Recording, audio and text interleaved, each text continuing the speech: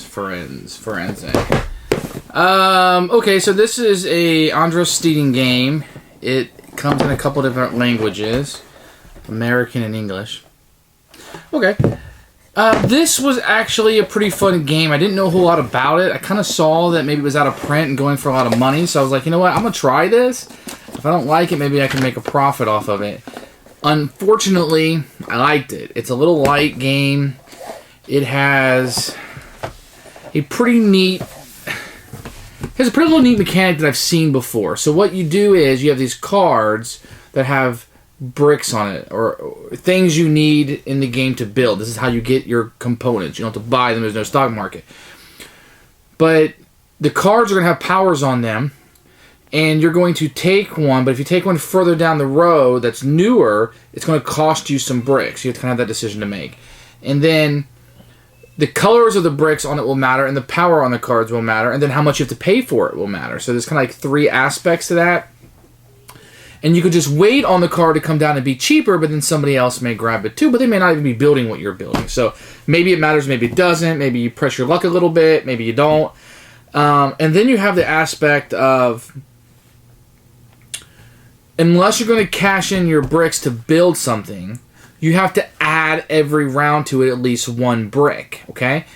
And that's an interesting aspect, because even though maybe I'll go ahead and build 4 this time, I really need a 6, and I don't want to take my chances, so I'll hold one back.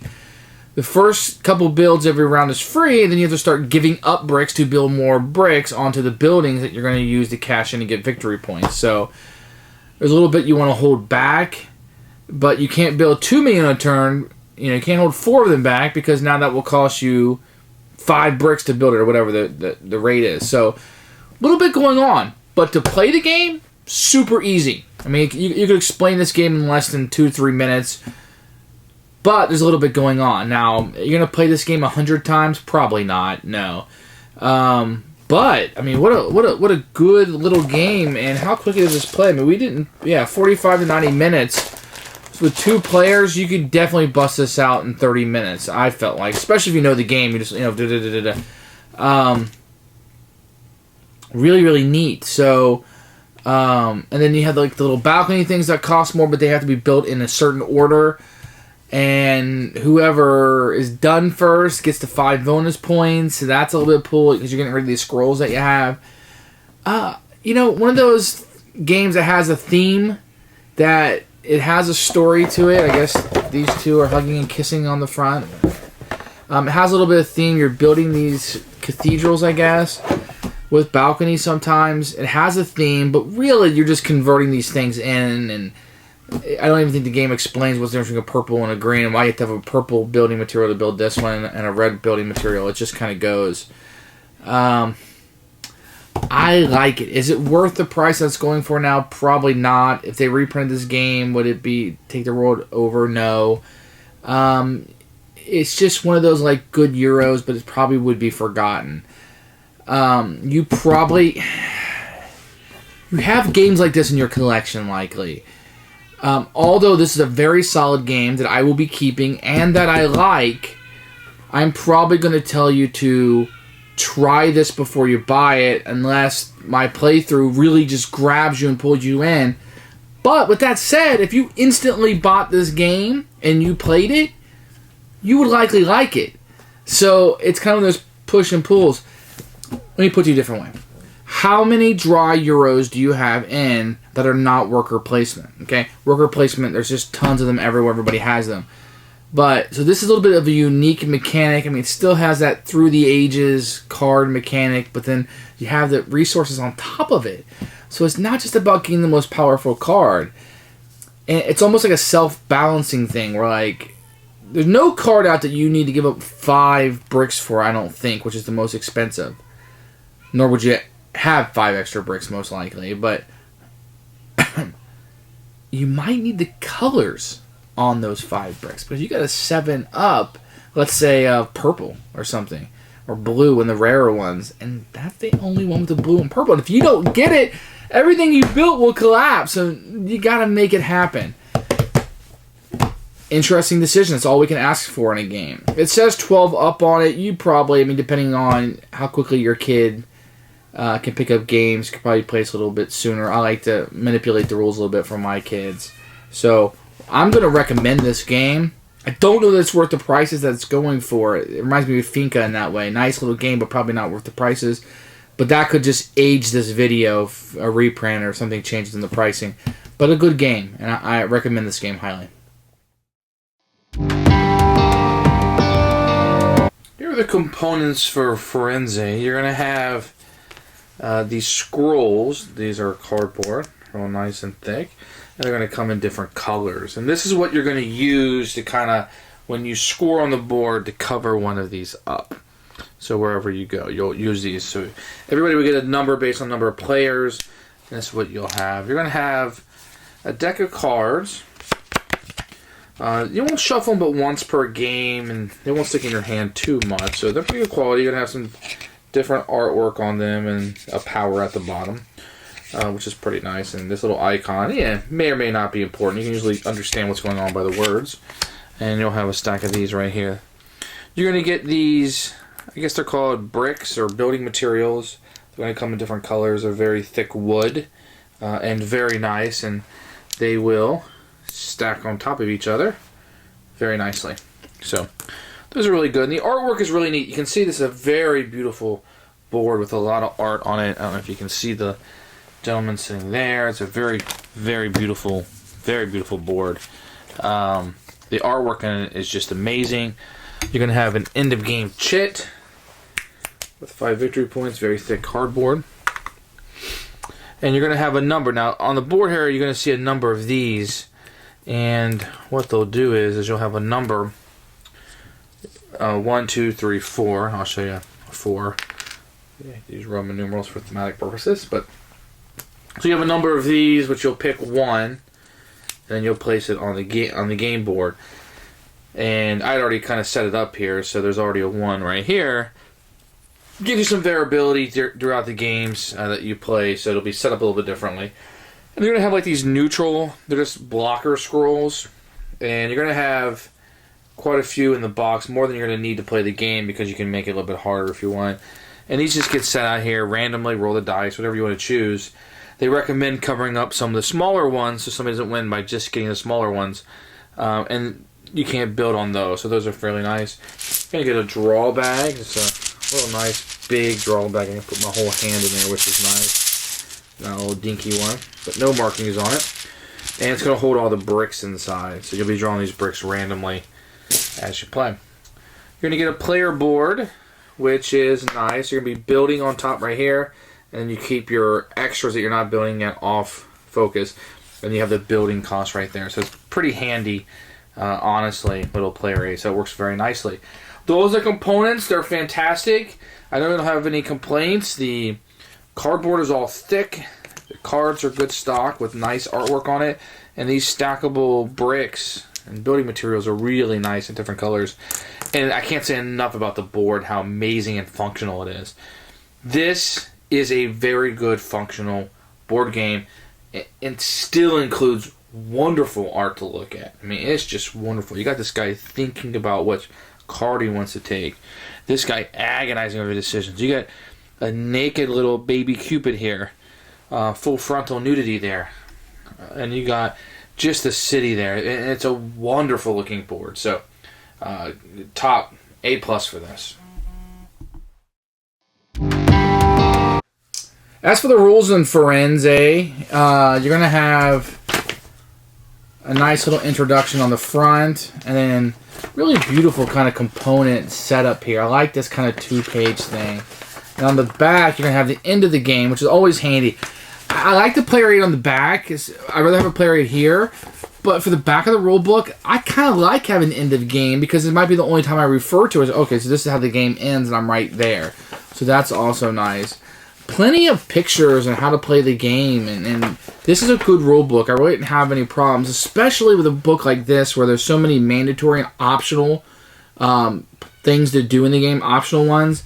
it can be hard, or it can be easy to forget. I think the one was like they changed the bricks to 3 for 1. That was easily forgotten in our games because you're not going to do it unless the price is really there and you really need something that's a lot to give up. So, you know, the game probably could have used a player aid or something to have those down. I mean, the action card summary thing is nice so people can kind of see what cards are in the deck. We don't really play that hardcore, to be honest. But there was a little bit of a player aid of the pricing for what things cost. That was kind of nice. Other than that, the rulebook is fantastic. No complaints. I like the art, and it did a really good job of explaining it. So, good rulebook.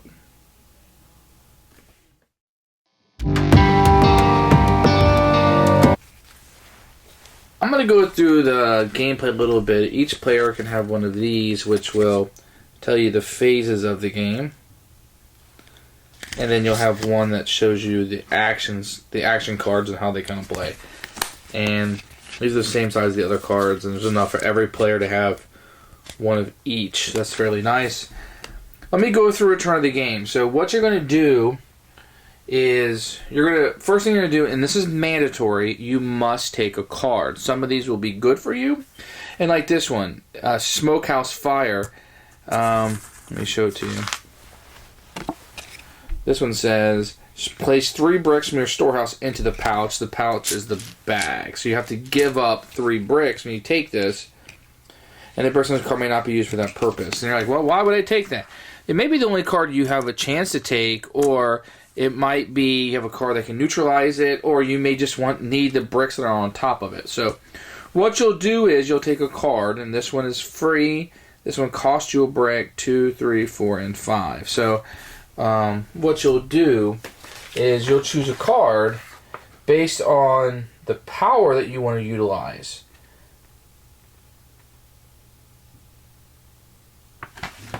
And when you start the game out, everybody will have, well, the first player will have 2 bricks that are white. So you'll start out with 2 white bricks, and then the next player, the first player does. Then the second player will have 3. I'll put these here, and then they're supposed to be underneath just so you can see. And then the third player would have 4 and 5. It gives you a little bit of an advantage. So, if you want to build a white, you look on here on the board, you'll look, well, you can't build a white 3. And the board here has a number, 3, 4, 5, 6. This number is the number of bricks required, and this is the victory points that you'll get. Very simple. Bricks required and victory points you get. So I already have 2 white, so I might want to focus on building on the white one. Now the numeral ones like this, these are called balconies, and they're going to score you a little bit extra points. So it's going to cost 6 bricks, but you get 8 victory points. But these balconies must be built in order. So Roman numeral 1, then 2, then 3, then 4. So you can't build the Roman numeral 4 because the 1, 2, and 3 haven't been built yet. There is an optional card that can be put into the deck. And basically the game would start out like this, and you have these church ones. The church ones are applied to everybody, and there's 4 of those that can go up. Each player must build a bell tower for the church, 3 white bricks high. So if you play with this card, which is optional and they don't recommend it until you're really good at the game, you have to build a 3 white brick first before you can go. But I'm not going to play with that. That's just a variant.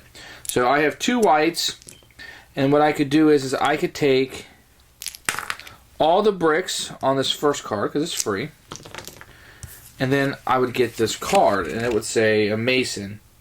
This turn your construction costs reduced by 3. This is a person. I can hold this in my hand. I can have 5 cards in my hand, including face down or face up cards. I can have 5 total cards. But I'm going to hold on to this right now. Everything would scoot down. A new card would come out. Then you would draw from the pouch 4 bricks randomly, and you would put it on top of that. And now that next round will be an available card somebody could take. Now, next thing I could do if I wanted to is I could take 3 bricks from anywhere and exchange it for 1 brick on any card. So I could take, and I'm just going to do this. This is probably not a great move. I'm going to do it to illustrate. I want another white, let's say. I'm going to take my 3, my 2 red, and my green, and put it here, thus making this more attractive. Let's say instead of doing that, though, I'll do it on the smokehouse, because I want somebody to pay to take this. So I'll exchange 3 and get another white. So now I have 3 white and a green. That's in my storehouse. Notice it's not on my player aid yet. It's not on there yet. So next thing I do is I can build towers. And if you look here, here's the cost of building it. For 1 brick is free, 2 bricks is 0. If I build 3 bricks, it costs me a brick. So let's do that. I'm going to show you. So I want to build 3 bricks. Or 3 building spaces. 1, 2, 3. But remember, if I build 3, it's going to cost me 1. So that means I just have to discard 1. So I built my 3, and it goes here in my building, and I'm going to discard this one back into the pouch. Okay? So I paid that cost for that one. The next step I can do is I have to tear down. If I don't build on the buildings I have here, and I can have more than 1 building going. If I don't build, I have to tear it down. So I have to make sure I have enough bricks to build on it each round. But I built on that one this round, so I don't have to tear it down. Then I could fulfill any of these commissions. Well, I have a 3 white, and technically if this was not here, I could build this 3, turning it 2 victory points, but there's this over it, which means nobody in the whole game will ever be able to build a 3 brick white. So I'm not going to build anything. Then I would check my hand limits to make sure that I don't have more than I can hold. I'm fine. The next turn would go. And then the second player, third player, and fourth player would go. So, just for illustration purposes, I'm going to pretend like it's my turn. So, I'm going to take this bricks, because I don't have any bricks to pay, so I must take the first card. In turn, pay no card cost for choosing a card from the row. So that's a card I can use in my hand at any point. I would move everything down. And I would bring out a new card, and I would bring out 4 new bricks, building materials, and put on that card. Now that card will be available next turn. So I want to illustrate a few things here. So I have this. I don't have any white. So I could trade 3 to get a white, but I just want to illustrate how this works. So I chose a card. I could exchange bricks like I did last round, but I'm not going to, although that would be a perfect move to do to get another white to build here. But I want to show you how this works. And then I could build a tower. Now, as you know, from the cost analysis here, if I build 2, it's free. So I'm going to do a suboptimal move just to illustrate my point here. So if I build these 2 blues, that's free. Now I could just as very well have done a blue and a green. That would be free. It's not 2 cubes or 2 bricks on 1 building. It's just 2 total. So if I wanted to build this green one also, let's say, then I would have to. That's 3 I built. 2 blues and a green. I would have to get rid of 1, but I'm not going to do that. Now I want to illustrate the tear down and how that works. So if this tears down, I would have to give up 2 to the bag, and 1 would go in my storehouse because I didn't build on the white. If I had had a white and built on it, I wouldn't have to tear it down. Let's fast forward a little bit and pretend like I had 3 blue bricks here. So we're going to fast forward a little bit because I just want to get to the point. Now I could trade these 3 bricks in and build this one for 2 points. So if I was the red player, I would trade these in here, put that over it, and I would score 2 victory points. And that's how that's done. Now, you're going to have these things sitting over here. And these are going to give you bonus victory points. So for this one, if I'm the first one to build part of the tower at 5 pieces exactly, I get 1 victory point. 6 pieces exactly, I get 2 victory points. 8 pieces, I get 4 victory points. And 7, I get 3. So this is a way to get extra bonus points. And you're going to have different cards that come up. Let me show you some of the cards. That's the main point of the game. Let me go over it. I'll go over it in a second. So you have cards like these people that will stay in your hand. You will have these, what they call celebration cards. These will go face up in front of you. And sometimes they will lose points for you, and sometimes it will gain points for you. But these count as cards in your hand, even though they're face up. You will also have buildings, and these go face up in front of you. Once again, they count. Your construction costs are reduced by 1. So that can be nice. Whenever you're building the construction, you pay 1 less. Now, one thing to note about the celebration cards, the ones with a flag, if you go above your hand limit, you're not allowed to discard these. You would have to discard any other card. And then you have these, which happen instantaneously. And this is the one I showed you before, where you would lose 3 bricks. This is another instantaneous one. It's a flood. All players return a third rounding up with their storehouse bricks. So any bricks you have on the side, in this case, if that card was played, I would have to get rid of a third, which would be, I'd have to discard 1. And the last type of card is the church card, which I kind of showed you before. And those get placed face up. There's 4 spots on the board, and it applies to everybody. So the next player who fulfills a commission of exactly 5 levels receives an additional 2 prestige points, and then discard this card. And those are kind of the cards that will come up, and you will be buying those. You can. So let's say I wanted to buy this card. I would discard 3 bricks, because that says 3 there, and I would take these bricks and this. And I can't use the bricks on it to pay for it. So let me go through really quickly. I've illustrated how each section works, but let me just go through a turn really fast. So the first thing you do is you would choose a card, and you'd pay the cost if applicable, and take the brick, and you would take the card. And then you can exchange 3 for 1. This is optional, so if you want to do that, you could take 1 back. Then you would build your towers based on the construction cost. The first 2 are always free. And then you could pay additional, and you would build those up. And then you would tear down any buildings you had that you did not build on this round, with half coming to your storehouse and half back into the pouch. And then you could fulfill these commissions to score these points, and the bigger ones score you more points. And then you would check your hand limit to make sure that you don't have more than the 5 cards. And you repeat this over and over again until the game ends. And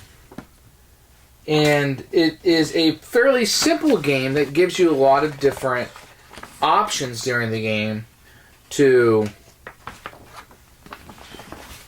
where to build, how to build, to block people out if you see what they're going for. Now, once you place all of your seals, you have a number of these to place. Once you place all that you have, the game will end. Then you will score bonus points for whoever has the majority of each color, with purple being 5 because it's a hearth. It tells you here there's only 8 bricks of purple, and whoever has the majority gets 5. So you will get a bonus for each one of those. Then you will score for your celebration cards, the ones with the flags on it, and whoever has the most points is your winner.